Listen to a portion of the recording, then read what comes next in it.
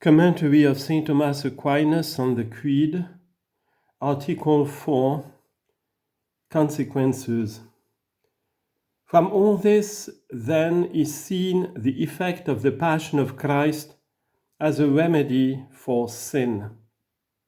But no less does it profit us as an example. St. Augustine says that the Passion of Christ can bring about a complete reformation of our lives. Whoever wishes to live perfectly need do nothing other than despise what Christ despised on the cross and desire what Christ desired. There is no virtue that did not have its example on the cross. So, if you seek an example of charity, then greater love than this no one has than to lay down his life for his friends. John chapter 15, verse 13. And this Christ did upon the cross. If therefore he gave his life for us, we ought to endure any and all evils for him. What shall I render to the Lord for all the things that he has done for me? Psalm 15, verse 12. If you seek an example of patience, you will find it in its highest degree upon the cross. Great patience is exemplified in two ways, either when one suffers intensely in all patience, or when one suffers that which he could avoid if he so wished.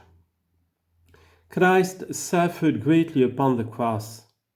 All you who pass by the way, look and see if there is any sorrow like my sorrow.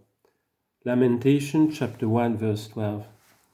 And with all patience, because when he suffered, he did not threaten. 1 Peter chapter 2 verse 23. And again, he shall be led as a sheep to the slaughter, and shall be dumb before his shearer, and shall not open his mouth. Isaiah chapter 53 verse 7.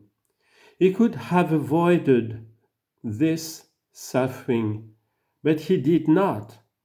Do you think that I can't ask my Father, and he will give me presently more than 12 legions of angels? Matthew chapter 26, verse 23. The patience of Christ upon the cross, therefore, was of the highest degree. Let us run by patience to the fight proposed to us, looking on Jesus, the author and finisher of faith, who, having joy set before him, endured the cross, despising the shame. Hebrews chapter 12, verse 1 and 2. If you seek an example of humility, look upon him who is crucified. Although he was God, he chose to be judged by Pontius Pilate and to be put to death. Your cause has been judged as that of the wicked. Job chapter 36, verse 17. Truly, that of the wicked, because let us condemn him to a most shameful death. Wisdom chapter 2, verse 20. The Lord chose to die for his servant. The life of the angels suffered death for man. He humbled himself, becoming obedient unto death, even to the death of the cross.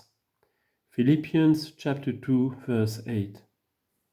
If you seek an example of obedience, imitate him who was obedient to the Father unto death.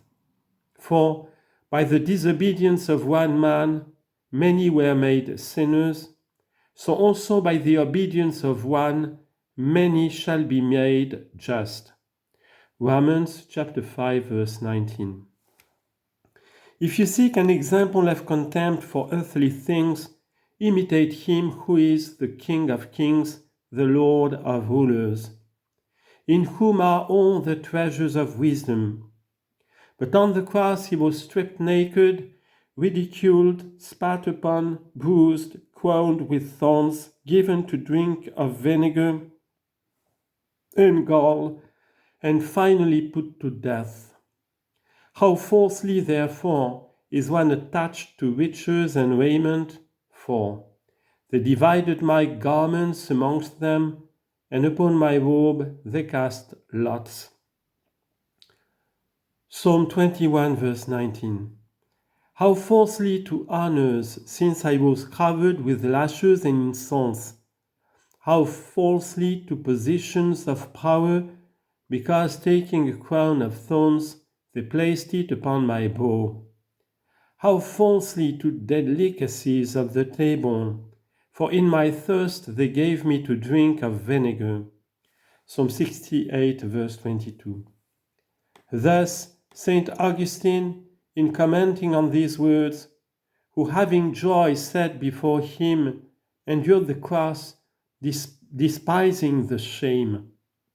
Hebrews chapter 12, verse 2, says, the man Christ despised all earthly things in order to teach us to despise them.